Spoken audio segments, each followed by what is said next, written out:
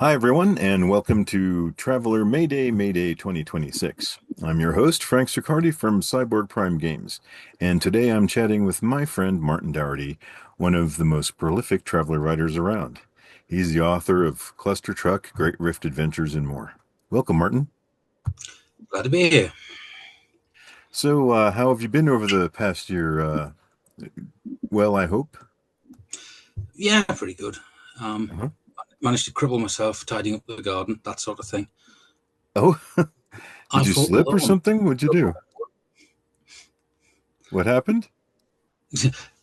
Basically, I was crawling around on the lawn, pulling up dandelions, and hurt my back somehow and couldn't walk properly for a week. Oh, no. So I'm not doing that again. Mm-hmm. Yes, find somebody with a better back. Yeah, yeah. I This is what all day. yeah, I made the mistake of trying to like do something simple on my car, but bending over the engine, oh man, it messed up my back. Yeah. So I feel your pain. Oh, you can have it. So Martin, tell us, give us a little background, a brief background about yourself. How did you get involved with Traveler and become a Traveler writer? Uh, um, Back in 1993, no, 1983, sorry, I became friendly with a bunch of guys who were playing D&D, and the group broke up. One of them went off, and things happened. I recontacted him a few months later, and he was playing this game called Traveller. So, would I like to play? Yes, I would. And that would make Traveller possibly my second RPG, possibly third. Mm-hmm. Um, Becoming a Traveller writer, I became a writer. Mm-hmm. It's what I've always wanted to do. I became a writer, and one of the things I was doing was writing for Traveller. Um, I never set out to be a game writer. Mm-hmm. That just happened. It's a sort of natural progression. Mm-hmm. Um, Did when you first started playing Traveler, what was it that like just clicked with you and made you so passionate that you felt like you had to write so much about it? I don't know. I just like science fiction. Um, Mm-hmm. I liked science fiction. I enjoyed the games we played. Um, I've only ever really played a handful of games. I've tried. Back in the 80s, we bought everything that came out because we were kids, and we played stuff once. And the staples were Traveller and RuneQuest, and we just kept coming back to those. They gave us everything we wanted. We didn't really feel the need for anything else. Mm-hmm. So those were the games we played for years and years and years. So that's just and so over that time your brain just became filled with Traveler tales and ideas about Traveler or what was it that made you kind of fixate on not fixate I suppose is a bad word, but what made that one of your main topics to like to write about? I went through a phase. Um, if I want to play it, I'll write it.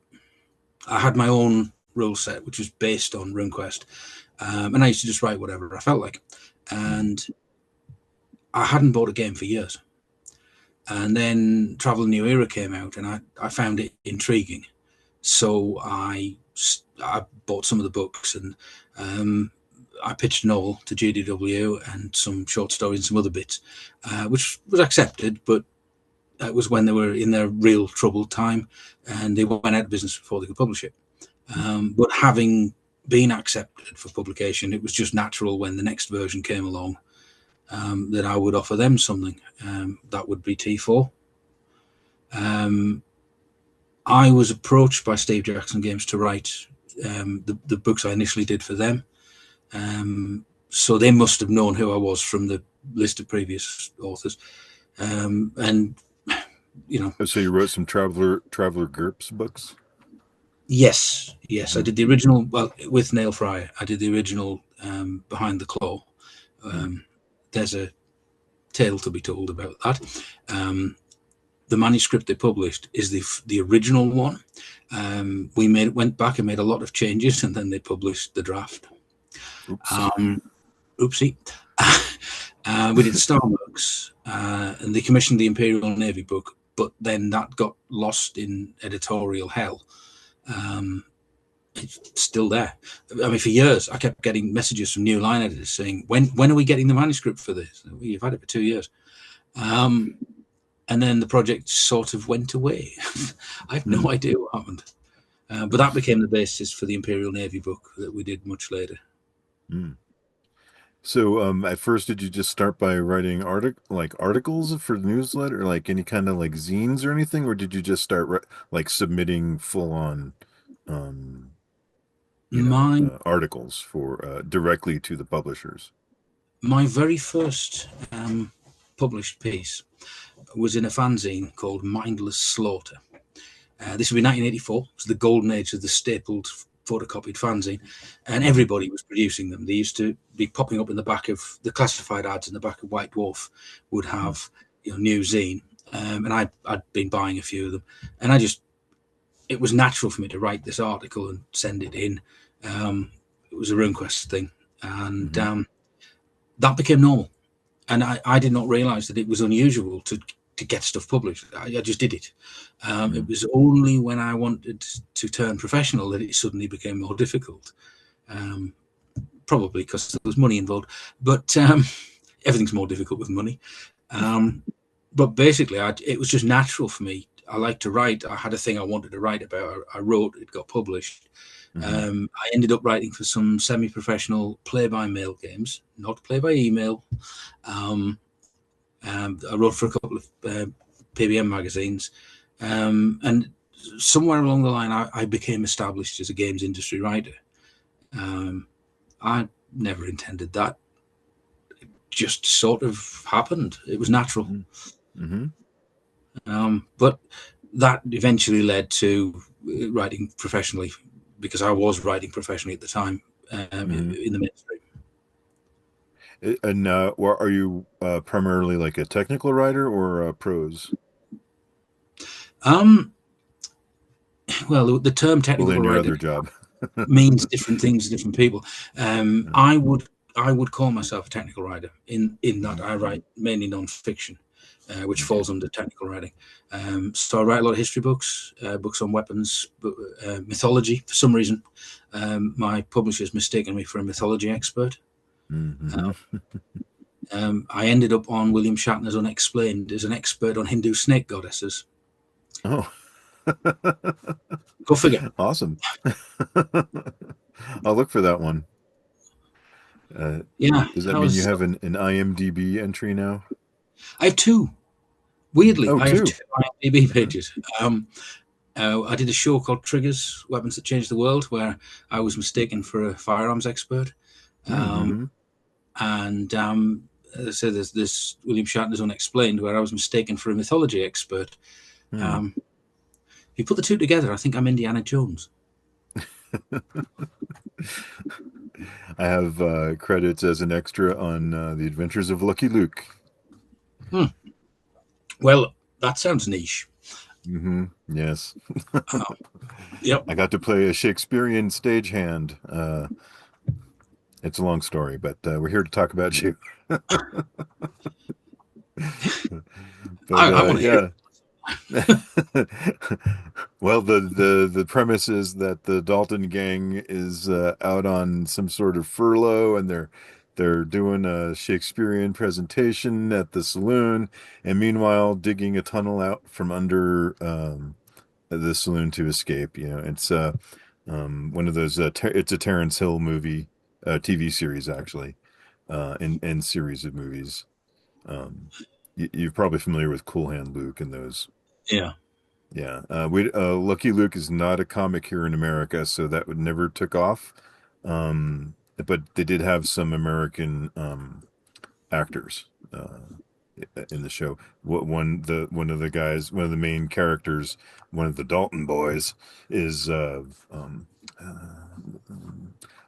Levitz from Barney Miller.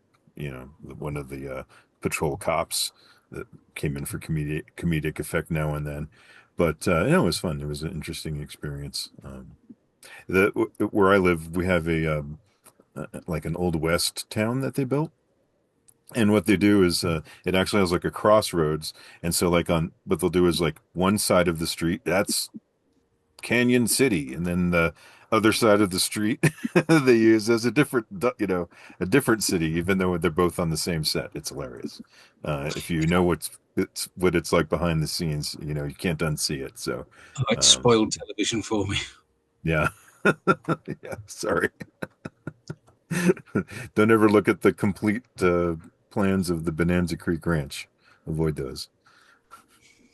So yeah, so you eventually started writing more and more traveler things, and then at what point would you consider that you kind of crossed over into, you know, professional traveler writer instead of just hobbyist writing occasional articles?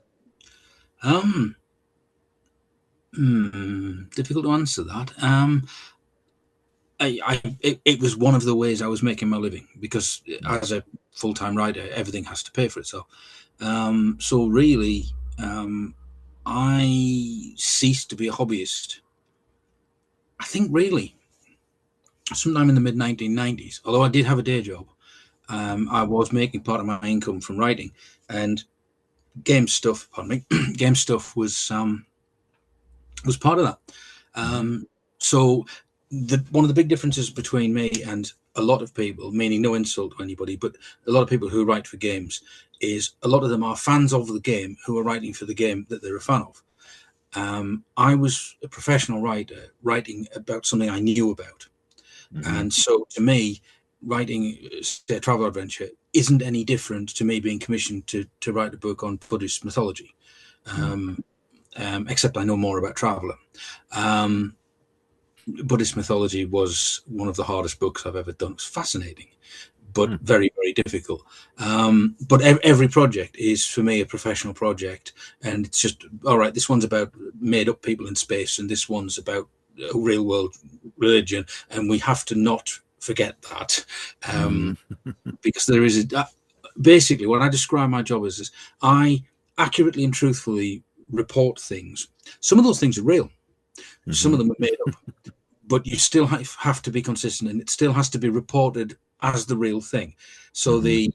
they're using the word law a lot at the moment. The law of the Traveller universe has to be reported with as much respect as, say, the Celtic mythos, which I've got a project on to do another book on Celtic mythology, and they will both be approached the same way, which is one thing that's different for me. I'm not writing as a fan. Mm-hmm. I'm writing as a professional, and if it's something I'm interested in, I enjoy. Well, that helps, Mm-hmm. but it's So you have still like probably a whole process of like researching the topic and organizing your thoughts and putting that into a draft and all that stuff. And you do that this kind of the same for both your historical accurate, your I don't want to say like fact-based and fiction-based writings. yeah. The end result, as far as I'm concerned, a source book about the Third Imperium is about the reality of the Third Imperium. That reality is made up, but it's reported as if it was real. If I were to Mm-hmm. do a book on I don't know, mound building societies in the Americas, which is a really interesting subject, by the way, I would do it the same way. Mm-hmm. Which is, I think, one of the reasons I'm able to produce so much is that I approach the project as I'm a professional writer, which means when it gets hard, I have to be professional. I Mm-hmm. have seen some products for some games, pointing no fingers, naming no names, though I'd like to, where you can see that the author didn't like this bit. Mm-hmm. And suddenly the details become skimpy and it's all rushed, and then they get to the bit they're really excited about. Like, now you're writing as a fan, and that might produce acceptable, publishable work, but it's not good. Mm. It all has to be written with the same care, even the bit you Right. hate. Good points. So, what have you been up to over the past year since last Mayday? Working on a few Um, projects. well, yes. After Cluster Truck, um, that was very well received at Mongoose. They have an in-house traveller game, and the consensus was, "Whoa, we're playing this," which I was pleased to hear. But then Matthew had an idea: would I do a not sequel to it, but something in the same vein? So a bit more light-hearted than the Fifth Frontier War, which is not fun. The Fifth Frontier War is not fun for anyone. But this was something to be fun. So I did the Infinity Suite. And consensus on that was, let's put Cluster Truck down and play this. So they seem to have liked that one. And right now I am... Can you give us a broad overview of Infinity Suite without giving too much away? Okay. I have a few bandography books of rock bands that I like. And we've all seen Spinal Tap. And so basically... That was the first thing I was just thinking. Spinal Tap in space! Just as you said, Spinal Tap. Well, that's the elevator pitch. Are you a Zodani agent? Somebody once asked Gary Moore, have you seen Spinal Tap? He replied, I've lived that movie. So the idea is it's this dysfunctional, in my vision, it's the rock band, but there could be any kind of musicians you want. And they are desperate to finish the Infinity Suite, which is the most perfect piece of music. It'll pay off their debts for a start, but it'll also bring about universal peace, and everybody will remember them forever, and they'll be bigger than Mozart. And they're so obsessive about it, they've stopped turning up for shows. And the record companies dropped them, so they've stolen their flying spaceship stage thing and fled to the islands clusters, which is on the brink of massive war. And they're searching around the islands trying to find the inspiration to fix the Infinity Suite, totally oblivious to this clinically dangerous group of people who are trying to cause a major war around them, and just sort of blundering around being rock stars, trashing hotel rooms and falling in swimming pools and doing rock star stuff. And there's a few other elements. There's dangerous secret agents from different organizations. There's an insane cult who want to stop them because they think the band are going to bring about the informational apocalypse. That's hard to say. Obviously they don't want that to happen. And crazed fans and roadies and assorted idiots, and knock yourself out. You have to somehow negotiate all of this whilst playing shows, trying to figure out if that really was the ghost of Robert Johnson who gave you his hat, and all kinds of other stuff. Was it just the drugs? And eventually there's the big performance, and you have to play the Infinity Suite, and it has to be right. That sounds like a fun way of activating some skills you don't normally get to use in Traveller. Oh yeah, it does say at the beginning, a lot of players will be worried, but I don't have Gun Combat 3 and a plasma rifle. Well, actually, this ain't that kind of adventure.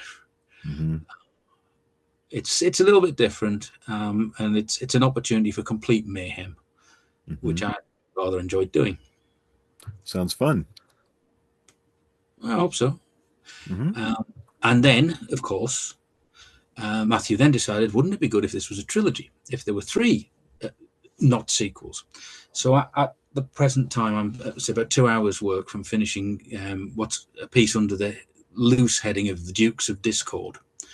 There is a place, they call it Discord, where there are great wonders, possibly ancient stuff, possibly something else. A bunch of scavengers have moved in, but they don't understand the technology, and they've set themselves up as the Dukes of Discord. And if you're absolutely flat broke, your merchant line's gone, your noble house is impoverished, you can go to Discord and try to make your fortune. Basically, think it's Shakespearean tragedy with more dinosaurs and flying saucers. Okay. Yeah. Okay. What's going to be the ultimate goal? I don't know. Don't know yet. It just in Dukes of Discord. Sorry, I thought you meant in the product line, because I don't actually know where this is going. Matthew keeps having ideas, and says, why don't you write this? Okay, so I do. the ultimate goal is that one of the ducal houses in Discord has found a way to activate all of the lost technology and take total control of everything. And that's bad for everyone else.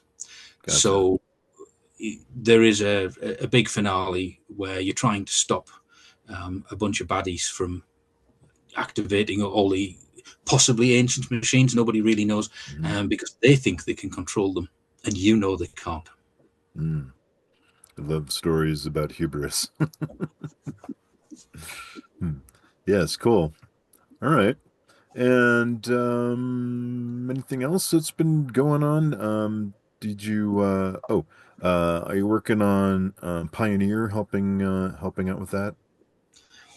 Yeah, originally I was asked to do the Mission to Mars book, and then it was given to Chris, and I was given something else to do. And quite honestly, I was down at Mongoose headquarters a couple of weeks ago and watching Chris slog through the real world astrophysics. I might have been a bit unkind, and I might have pointed and laughed, because he was stuck in astrophysics hell, and I didn't have to do it. And I've been given the Mars book back, so maybe I shouldn't have laughed at him. So I'm going to be doing instant karma for you. Yep, I deserve that one. So I will be doing a book about exploring Mars, which I'm starting as soon as I'm finished Discord. And probably other Pioneer stuff as well in the future, but that's not been established yet. Cool. All right. Let's move on to stuff that's kind of current. Tell us a little bit about Cluster Truck, because last time we met, it was kind of under development, and I think it was a more developed idea. I don't remember how far along you were in the production, but it's been released recently, and it's been a big hit. It's been described as like a cannonball run in space. So why don't you tell us a little bit more about that? What inspired that, and how did that come together? Matthew had an idea. This happens a lot. He has these ideas, and then he tells me, wouldn't it be, and he uses the term whiz or whiz. You know you're going to get something strange when he uses that expression. Wouldn't it be whiz or whiz if we did a light-hearted campaign about space truckers and basically Smokey and the Bandit in space? Okay, right. That sounds fairly harmless. I would do that. One of the questions I had asked was, why has nobody ever really dealt with in-system travel in Traveller? Now I know why. Now you know why. So I ended up coming up with a system to sort of half abstract it, so it's still got the flavour of a real world transit and all the rest of it, but without needing a supercomputer to model every gravitational effect in the system.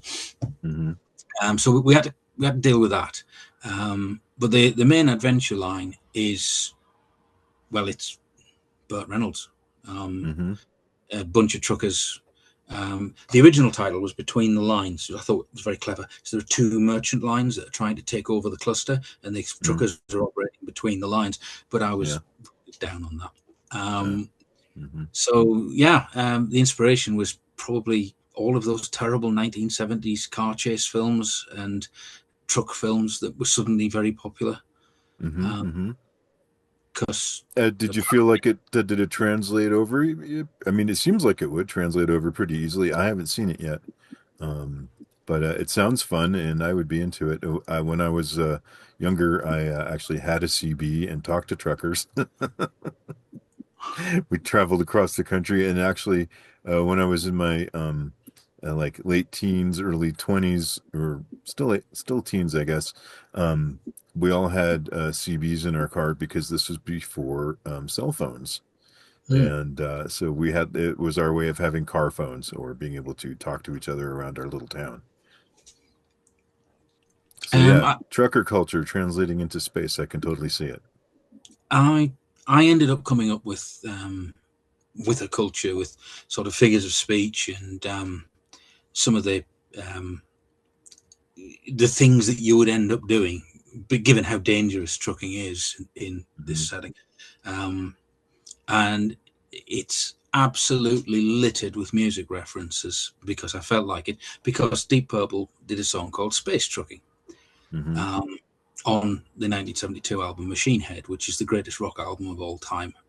And I'll glare at you sternly if you say different. So I sort of borrowed quite a few just images that I got from Deep Purple music.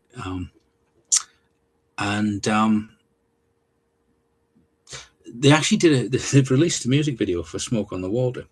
52 years after they recorded it, they've actually done a video which is animated. And that involves a giant truck, oddly enough, which has a stage that folds out of it. I totally stole this idea for Infinity Suite. But yeah, it's very much inspired by. I had to sit and watch some of those movies again. Just the sheer daftness of some of it. Yeah, I'm trying to think. There was some. There was a Burt Reynolds, of course, but then there was also some Clint Eastwood ones, and some other. It was funny, a funny fad, that the trucker fad. The sort of main plot inspiration is Convoy. Particularly at the ending, you have to break the blockade and get back into Canaveral Station, and that's just borrowed straight from Convoy, because why not? Sure, yeah. There's a lot of cool analogs you could pull out of that and make into like a traveler thing, you know. And obviously you did. Sounds Oh, yeah. And it seems pretty successful. Yeah, it seems to have gone down very well. So was it received better than you expected? I never really thought about how it would be received. I was given a brief and I wrote to it. Okay. And I did indulge myself quite a bit, and I thought I might get brought up short. But instead, I got told more of that. Oh, great. That's daft, more of it. Right. So at that point, I think I was pretty sure that at least Mongoose were going to like it. What's the market going to make of it? I don't know. But judging from what I've heard, people seem to like it.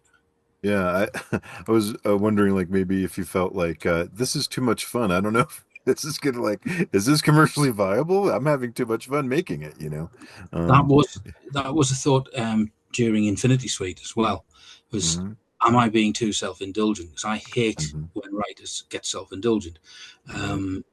But it was in the spirit of the brief, so I went for it, and they liked it. So maybe I got it right. Awesome. Let's talk about Brushfires. Why don't you tell us a little bit about that? It's a Fifth Frontier War related. Yeah. With the Fifth Frontier War, we're trying to allow people to experience very different aspects of the war. So we've got things like the Fall of Lanth, which is there's a straight ground campaign going on around you, and that's got a particular feeling to it. Some of the others are based in space. There's Favourites at Court, which is very political, and this one is very well. It's Brushfire Wars. The term is used in military history for those little conflicts that keep going on, and you think they've gone out and they start again, and they're just a nuisance.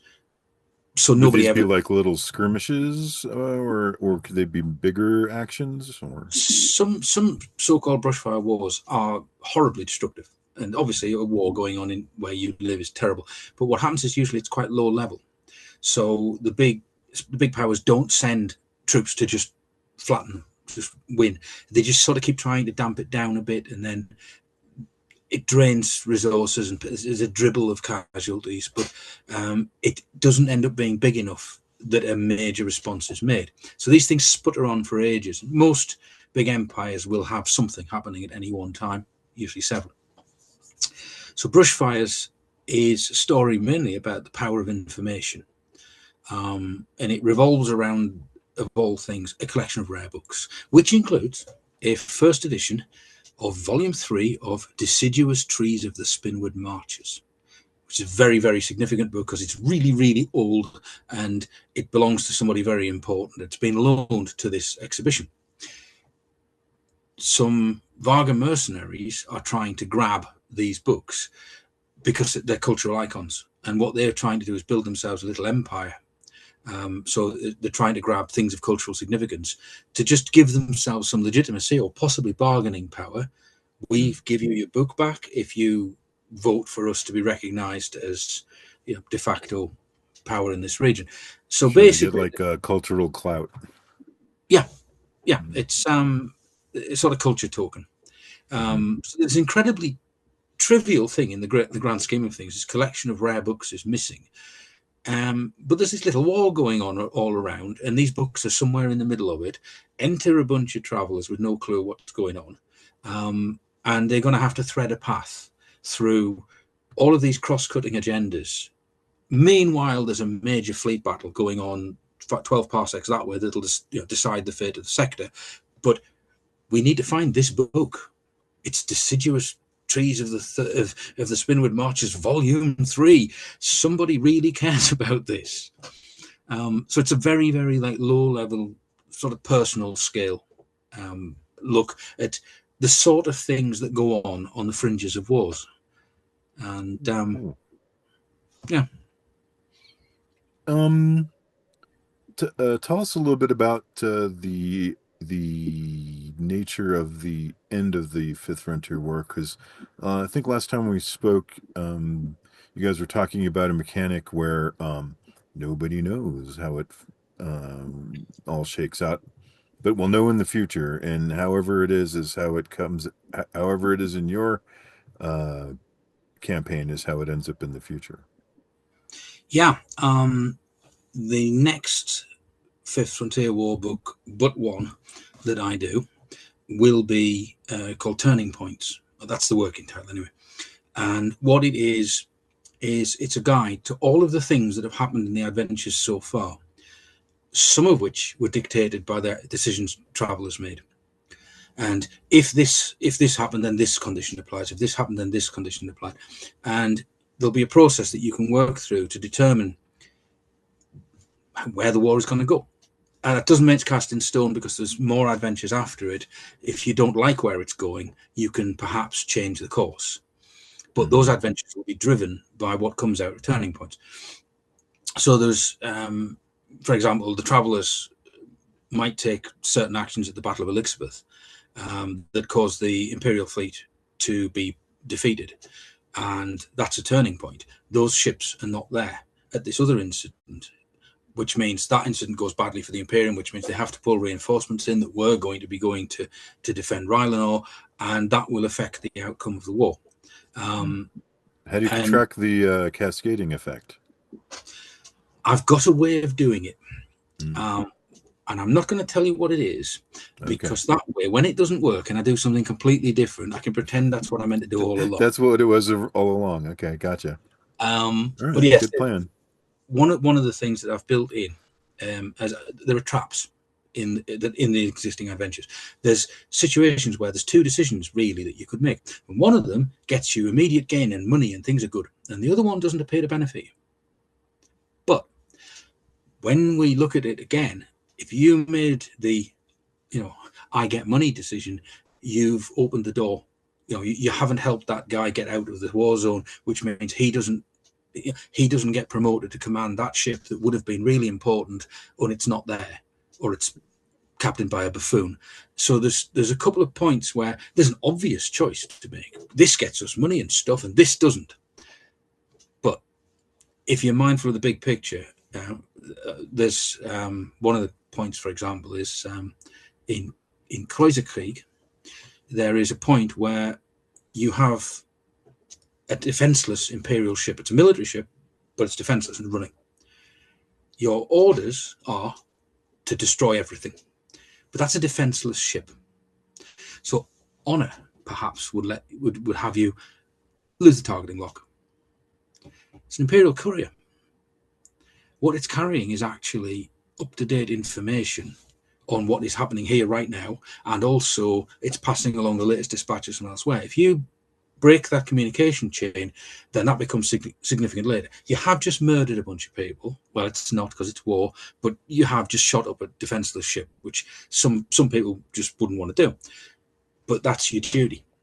And if you don't do your harsh, unpleasant duty, there's a factor later on where that does actually make a difference. So I've built in decisions that at the time might seem trivial, but actually they're not always obvious. Some of them are really obvious, but there's others that are not always obvious, such that the travelers might say, well, no, the moral choice would be to let those guys go.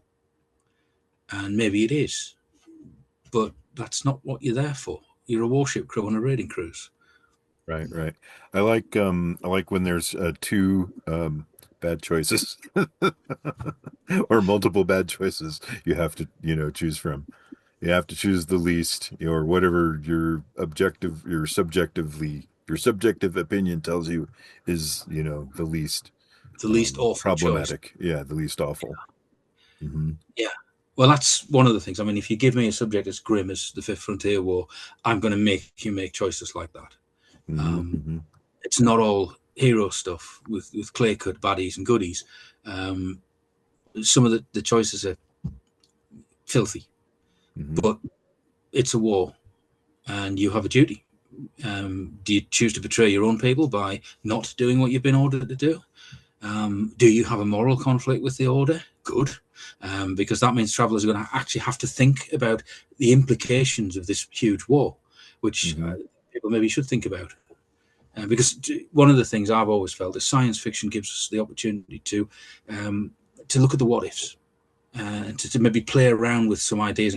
What if we do the bad, awful thing? What actually happens if we do that, and explore what it is, perhaps to being the guy who made the bad choice. There are people who'll just murder hobo the way through everything. There's nothing you can do about that. But I like to think that a lot of travel players are a bit more cerebral and might start thinking, actually, all of our choices have significance. And in a big situation like this war, the choices you make might have significance way beyond your immediate situation. I mean, there is a point in Kreuzerkrieg where you can actually just turn around and go home. That's too dangerous. I'm not doing it. But if you do that, obviously there'd be consequences for the crew, and they might be court-martialed, but they might get out of it. They might be able to talk away out of it. But that means they haven't done the thing that cripples a part of the Imperial fleet. And there will be consequences for that when the sword worlds are overrun by that fleet that they could have put out of action. It's not quite that huge, but there is a very big explosion in Kreuzerkrieg. Interesting. Huh. Yeah, sounds fun. I think hard choices like that, and also not glorifying war, kind of showing the harshness of it. That's something I kind of appreciated about MASH. Yes, they used comedy, but they were very serious about the topic of war, and and they were using humor as a way to cope with like what was going on to them in the situations that people found themselves in war. I got my sense of humor from MASH. Mm-hmm. Probably explains a lot. Mm-hmm. But it was the counterpoint with the grimness was genius. Yeah. I didn't notice that, I guess, until I was older, because it came out when I was a kid or whatever. But yeah, I appreciated it, and I was like, wow, this is really there's a lot beneath the surface of this comedy show, and it really had some social statements and things that were pretty deep. If you just scratch, look below the surface for it, Yeah, I've got it all on DVD. Awesome. Back when I was first married, we used to get Washington cable. So I live in a town called Washington. And we had 5 channels back then. We had the 3 that existed at the time, and we got UK Gold and Sky One or something. And one of those channels showed MASH from beginning to end at 5 o'clock every day. And they just, when they got to the end, they went back to the beginning and they showed it over and over again. Cool. And it's one of the few programs I've actually deliberately chosen to watch, because I don't watch much TV. But it did a great job of being funny, but also you'd be asking yourself, should we be laughing at this? Which is a good question to be asked. Yep. Yeah, good point. Here's a good question to ask. Do you have any opinion about the Traveler rules being converted over to the Dungeons & Dragons 5e? Any opinion about that? Some folks are, well, they misunderstood at first and they thought, well, Wizards of the Coast or Hasbro is coming to get Traveler, but what it ends up being is just another third-party company that wants to license Traveler for the D&D 5th edition, try to get 5th edition people into the game. Well, I do know that there are people who, for some reason, will only play that one game. I remember when 4th edition was the official announcement of 4th edition. I was at Gen Con UK, and it was like that scene in Aliens. There's nobody, and I'm wandering around this campus. I'd come out of the coffee shop because I discovered that they put whiskey in your coffee. So I was wandering around the campus with my Irish coffee, and I suddenly realized there was nobody. It was weird. It's quiet. And then looking across at one of the buildings, it was like there's a goddamn town meeting or something. It was like that scene from Aliens. They're all in that room. Oh, this is very strange. So I went over, and I had completely not cared, but they'd said it was going to be the official announcement of 4th edition. And as I was approaching the doors burst open, and this flood of angry, upset gamers came pouring out, all shouting about how druids were going to be the main party healer now, and that was despicable in the eyes of man and God, or something, I don't know. And this guy came up to me, I'd never seen him before, and he stopped in front of me and he just started ranting, because apparently the announcement hadn't gone down very well. And I ended up saying to him, look, I don't care. I'm sorry, I just don't care. In fact, if you need me, I'll be over there not caring, okay? But just get out of my way, because seriously, there's just too much rant here for my liking. But I do know now that there are people who are that passionate about D&D. They won't play anything else. And that's always seemed strange to me, because in my youth, I tried all kinds of different games. I came back to the ones I liked best, but I would play, if something new got put in front of me, I'd give it a go. But I do know there are people who absolutely won't. So I can see the logic of trying to do it. How it'll go, I have no idea. Because Traveller is so different. In my understanding, D&D is heroic fantasy. I've got loads of hit points, and I'm going to stand here on the bridge and fight the Orc army. Maybe it's moved on since 1990. I don't know, but that's sort of what I took away. Whereas Travellers, I'm wearing a coverall and I'm armed with a bent spanner, and anything here can kill me, and I'm terrified. I don't see how those two could meet, unless you want to turn it into battle dress heroes with fusion guns, incinerate the orcs. That would work, because that's heroic. Plasma grenades make quick work of them. Well, that's the Traveler form of fireball. Now everyone has fireball. Here's a 6-pack on a bandolier. Yeah, I can see some sort of like quite heroic level stuff, but to me, Traveller is 6 people in a free trader who can sometimes afford a hotel meal between them. I don't see how the crossover would work. It'll be intriguing to find out, but I can't predict this one. Mm. Um, I don't know, because the people Eh, who already I like mean, Traveller already have Traveller. mhm. The people who Right, like D&D already have D&D. So right. how will they sell each to the other? Right, right. Like people who play Traveler like a classless system primarily, and the people who like D&D enjoy the class distinctions. Now you could argue that the careers are classes, and the specializations are like subclasses. So I guess it does map in that respect. But who knows? Maybe there'll be other ways that it can mesh and work out, and maybe it'll be good for both people. Maybe it'll expose uh, sci-fi people to 5e who want to try it, and the other way around. At this point, we don't know. We don't know. Um, I'm always for so bringing more people in because honestly, I feel like we're aging out, and we need to kind of keep the hobby fresh. Bring in fresh meat, and yeah, that's one way.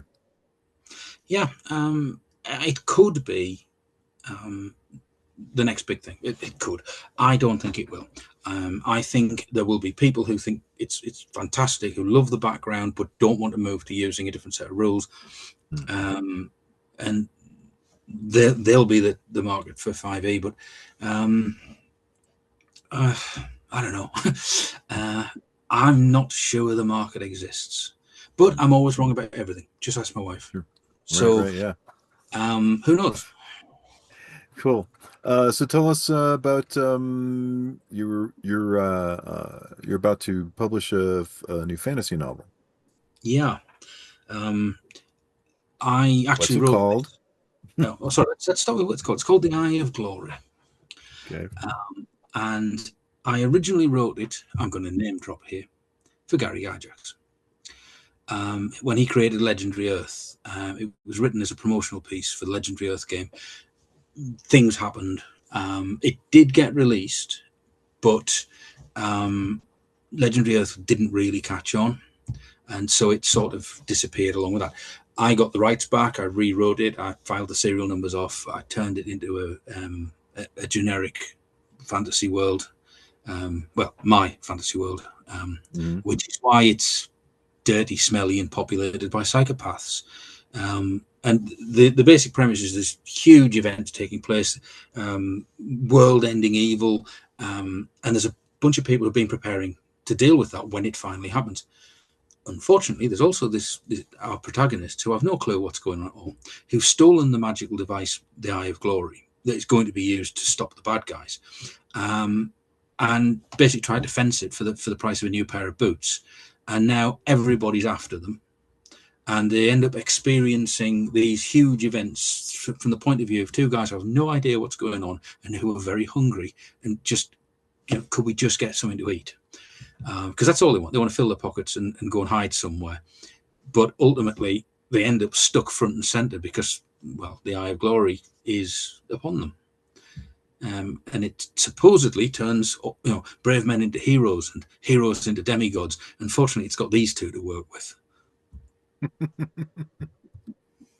That sounds funny. Yeah, it's very clever. It was created as an antidote to what was when I first wrote it in 2000.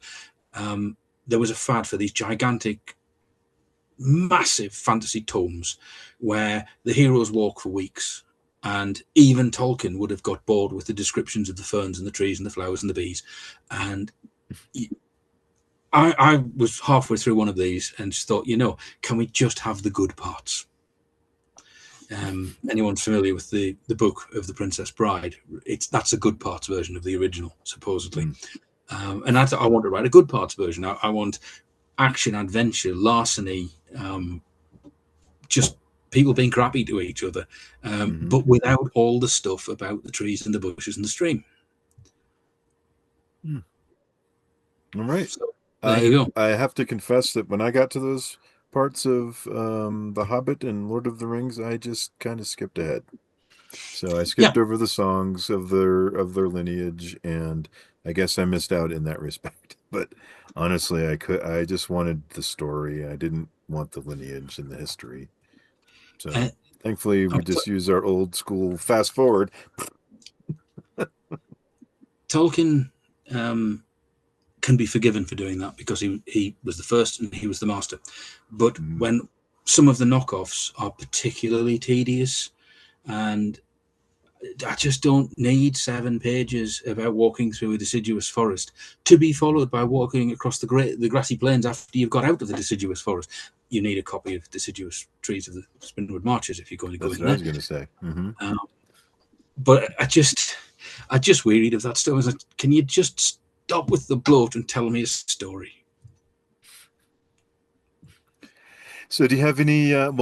Before we move on, good luck with that book. I think it sounds entertaining, and it sounds like it's going to be successful for you. I hope so. Yeah, it's a story. It's a story I really, really wanted to tell. Just putting it out there, even if nobody reads it, I've achieved something. I'd love to. You're satisfied. Yeah. Cool. So, what do you got planned for the next year between now and next Mayday?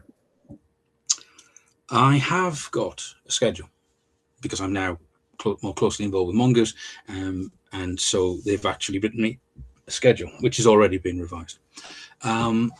So there's going to be turning points and the Pretoria campaign, which is an adventure set in Pretoria subsector in the Fifth Frontier War. There's the adventure I tried to get out of writing, because in the original outline I did a one called Our Usual Enemies, which is about the Sword World, a Darien part of the conflict. And I decided it wasn't necessary to the overall story, so I maybe don't have to do it. And Matthew said, oh, no, actually, that's really good. You're going to have to do that one. So I'm going to have to do that, which means I have to learn everything about the Darians. There's not a lot being done about them. There's actually another Darien adventure that might or might not happen, which is about the Special Arm don't just do the Star Trigger. They do all of the covert operations dirty stuff, and they get the cool Tech Level 16 gadgets to do it with. So we're doing an adventure about that. And then there's another Grand Strategy Naval one. Those will probably all be done in the coming year. Plus, there's the Mars exploration book for Pioneer. There's the Traveller Starter Edition, which I'm doing some adventures for that. And I'm sure there was other stuff on that list, but right at this moment, I can't remember. But I've maybe got 7 or 8 projects, sort of definitely, and then things get inserted. All right. And do you have any plans for Traveller 50th anniversary? I almost said 50th edition. Well, one day. Well, I'm going to Spain for the big convention. I'm one of the. Oh, cool. Apparently, I'm one of the headline guests. Do they have you lined up to speak, or are you going to sit on a panel, or? Yes. Yes. Yes, pretty much all of that. Okay. So originally they said there seems to be some sort of like VIP ticket, and there's like 4 to 6 people can get these tickets. And they initially said that I was going to run an adventure for these people, and I said hell no, because I've run adventures at conventions before. It can be a bit of a lottery. So I decided to bottle out that one. I'm doing a workshop on developing the game and how it got where it is now and this sort of thing. And having agreed that, the organisers then came back and sort of said, oh, and what else could you do? So as far as I'm aware, I'm doing some sort of a panel thing or a ask me anything. That could be hazardous. There are some things that if you ask me about, you'll get an answer. So that could be interesting. I have a friend who's very techie, and I'm always worried about asking him questions about like tech stuff because he'll use words I don't understand and then expect me to do whatever it was he thought he was telling me. Well, some aspects of like things like the Fifth Frontier War are a bit like that with me. It's like, if you ask me, I'll tell you. But you'll be here for a while. You may not understand. Yes, I may use unfamiliar words. So I think I'm doing something like that. But at the moment, the details are a bit fuzzy. It doesn't matter. At the end of the day, I'll get there and do whatever they want me to do because I've worked in Why not? television. Mm-hmm. That's what you do. Right, Producers. right. Yeah, cool. It's fun. Have you ever been on a panel at a? I imagine you have been on a Yeah. panel at a convention. I actually there was one where pretty much fight broke out in the audience. Oh wow. Um, it was when I was working for in the defence industry, and I was on a panel about asymmetric warfare, which is Mm-hmm. very apt at the moment, given what's happening in the world. And one of the delegates basically said, "What does it matter if we lose a ship as long as we win the war?" And somebody else took exception to this. It's like, you're talking about dead sailors. And he was a naval Mm-hmm. officer. And they started arguing, and everybody took sides. And the Mm. delegates are shouting at each other, and there's four of us sitting on this panel. Like, what do we do? So we watched. It was quite entertaining. It went on for about 20 minutes. A huge shouting match. I'm going to try not to do that. Don't do that. Don't do that at Traveler Con, please. Nah, I mean, at the it was, convention. um, I've only gone to like what am I gonna say, like a collegiate or collegial like academic I taught classes on how to run events for medievalist society, or how to technical instruction on how to do Celtic knots, stuff like that. So I never had anybody fist fighting. there was another one I did. I was on.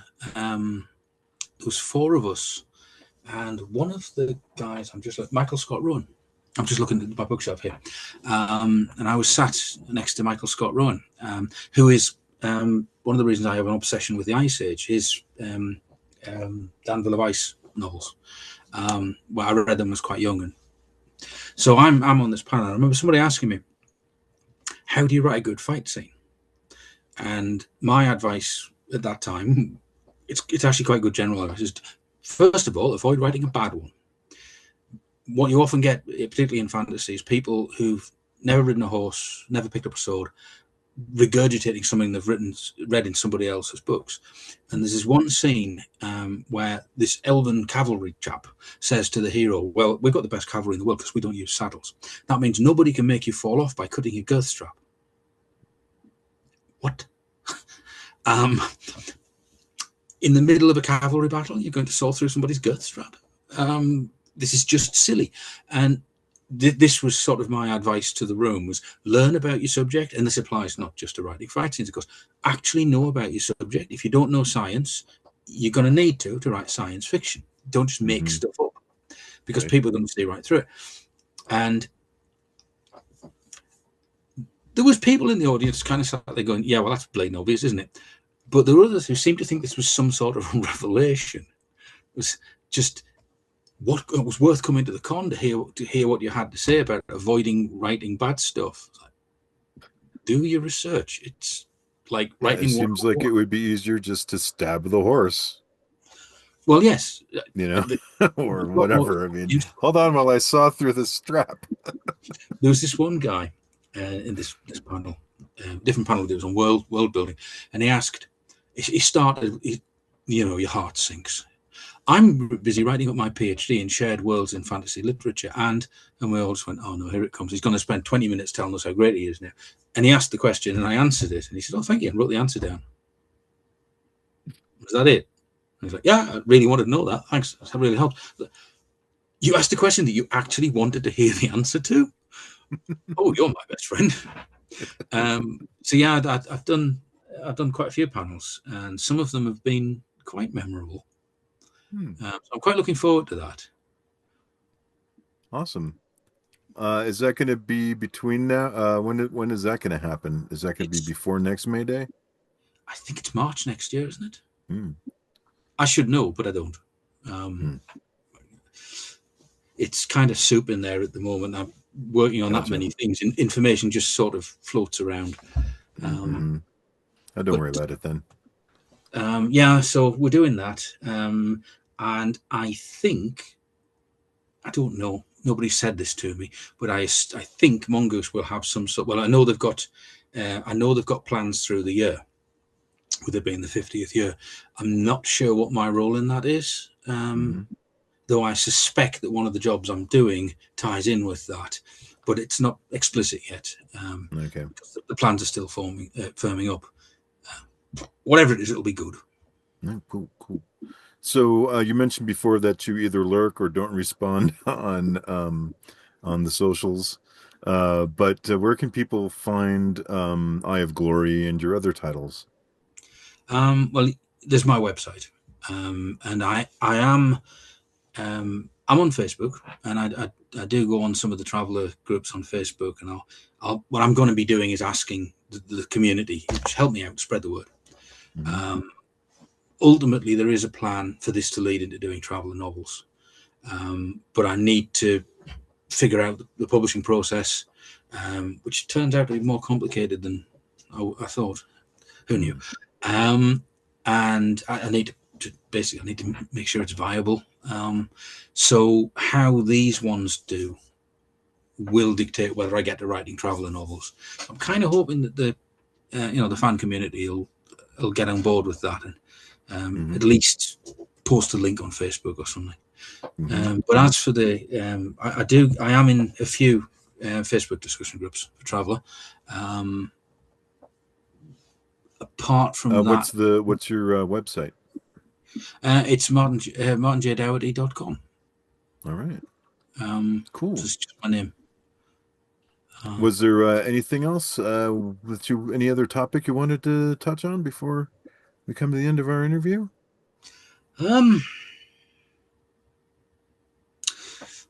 Think's hard.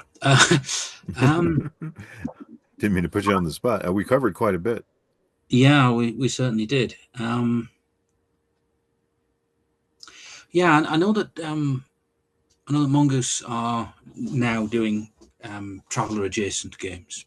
Things like Pioneer that use the traveler rules mostly. I have an idea. Would it be possible to create like a slimmed down version of the rules? Because an awful lot of what's in the rule book isn't necessary for some settings. And I have this idea of maybe doing like standalone campaigns with their own little background. Basically, you go and see a one-off movie. So maybe we could do like a standalone campaign with just enough of the rules in it to run this. You could probably cover all that in a few pages, and then do stuff. I did have an idea for a fantasy sort of one-off campaign that could grow. I've thrown that idea around when I was down Swindon a couple of weeks ago, but there was that many other projects already lined up that I don't know. Well, do you have any interest in any of their other product lines? Do you have any interest in writing like for Dark Conspiracy or Paranoia? I will be writing for Dark Conspiracy. Cool. I was briefed at length for that. Basically, I spent a few days in Swindon being given all the information. Cool. Unfortunately, it was just, here's all the information on this, and now the next topic, here's all the information on this, and it's soup. But Gotcha. as it begins to crystallize, I will be writing for Dark Conspiracy. I don't know what I'll be doing yet. But I've done some horror stuff before. I did some work on World War Cthulhu. And I'm sure there was something else at some point. So yes, I will be doing that. I will be writing for Pioneer. If there are other traveler adjacent games, I will be doing those, I'm sure. But there's nothing definite yet. I say there's nothing definite about that. I mean, there's like years worth of projects already lined up. And I have Sounds like you're going to be tied up for quite some time. Yes, well, I think that's why they wanted me more closely involved, so I don't wander off. How far away is Swindon from where you live? It's 5 hours 45 minutes drive according to Route Finder. Oh, wow. It's about it's 4.5 hours on the train, 4.5 to 5.5 hours drive. I know that's trivial to an American, but to somebody Well, in Europe, that's a hell of a long way. that's yeah, that's still quite a distance.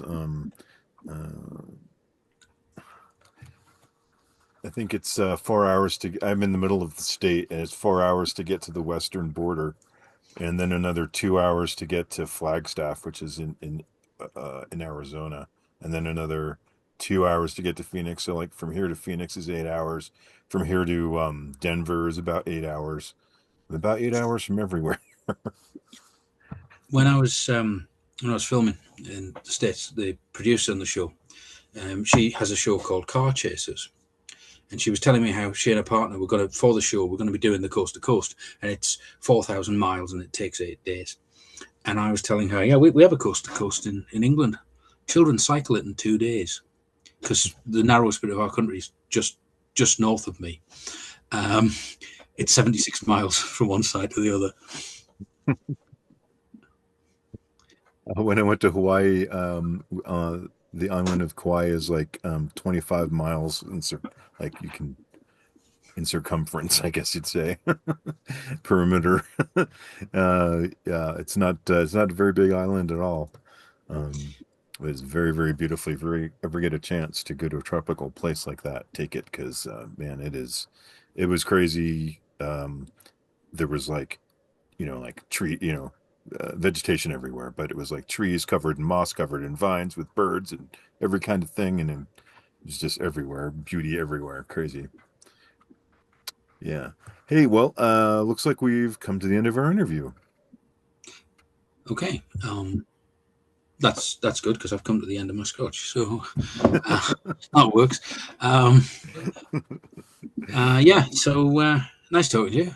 Yes, it's been nice talking to you. I've been speaking today with Martin Dougherty, a major writer of Traveler for over 30 years. Thanks again, Martin, for joining us for Mayday. You're welcome. And thank you, dear travelers. Until next time, happy traveling. I hope you enjoyed this interview with Martin Dougherty. Explore more of Martin's military sci-fi traveler titles on DriveThruRPG. Scan the QR code or use the link in the description. If you enjoyed this interview, hit that like button, subscribe, and ring the bell so you don't miss future episodes. Now tell me, what's harder to run well in Traveler? Personal character-driven stories, or large-scale wars like the Fifth Frontier War? Let us know in the comments. A quick thank you to my patrons. Your support helps make events like Mayday and interviews like this possible. If you'd like to support the channel and get behind-the-scenes access, early content, and more, you can join us on Patreon. And to everyone already supporting, thank you. I truly appreciate it. Thanks for watching. Check out one of these videos next. And I'll see you behind enemy lines.